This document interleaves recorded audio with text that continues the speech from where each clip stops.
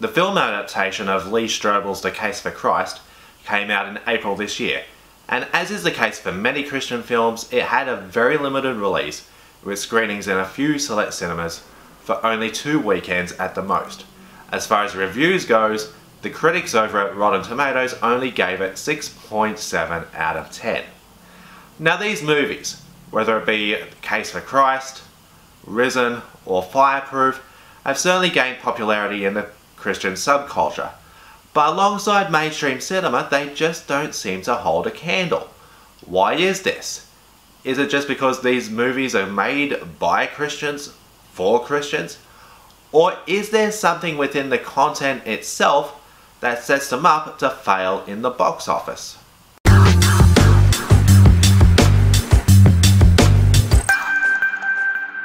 I'd like to give 3 reasons why I believe Christian movies don't seem to do so well as their secular counterparts.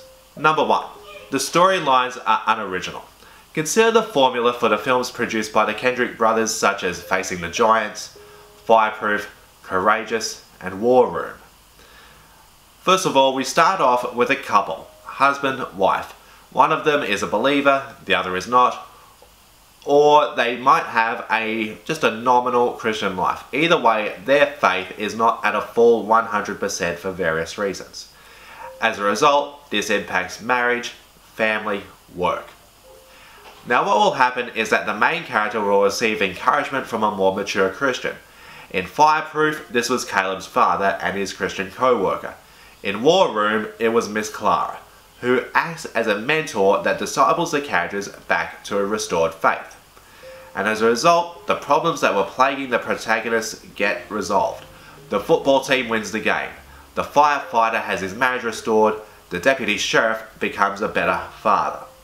The obvious problem is that if you were to watch the Kendrick brothers movies back to back, you would actually be watching the same movie, just with a different cast of characters.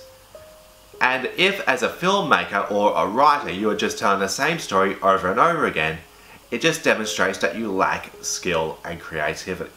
Number 2. A romanticized view of redemption. So let me reiterate this common plot aspect. The characters grow and mature in virtue as a result of their relationship with God, and there's always a happy ending as a result.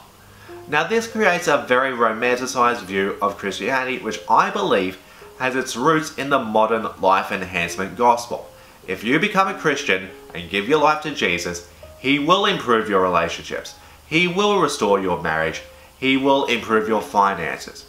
But of course, if you've been in the real life church long enough, you know all too well that is simply not accurate.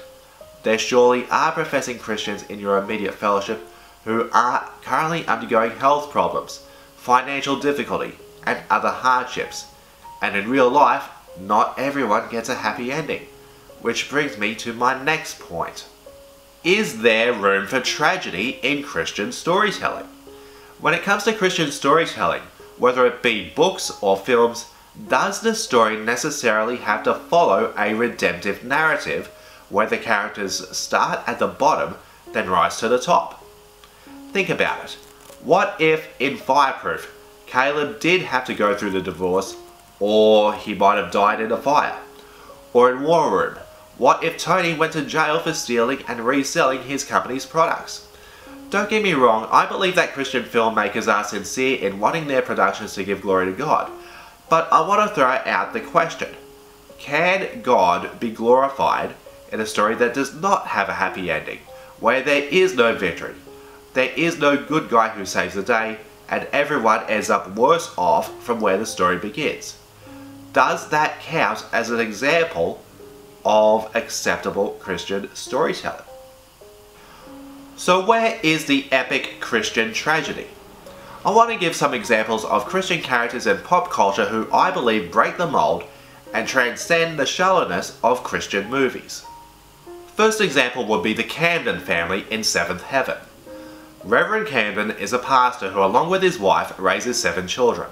As the series progresses, the children grow into adulthood, and along the way the whole family and their friends face several challenges, including drug use, teenage pregnancy, peer pressure, bullying.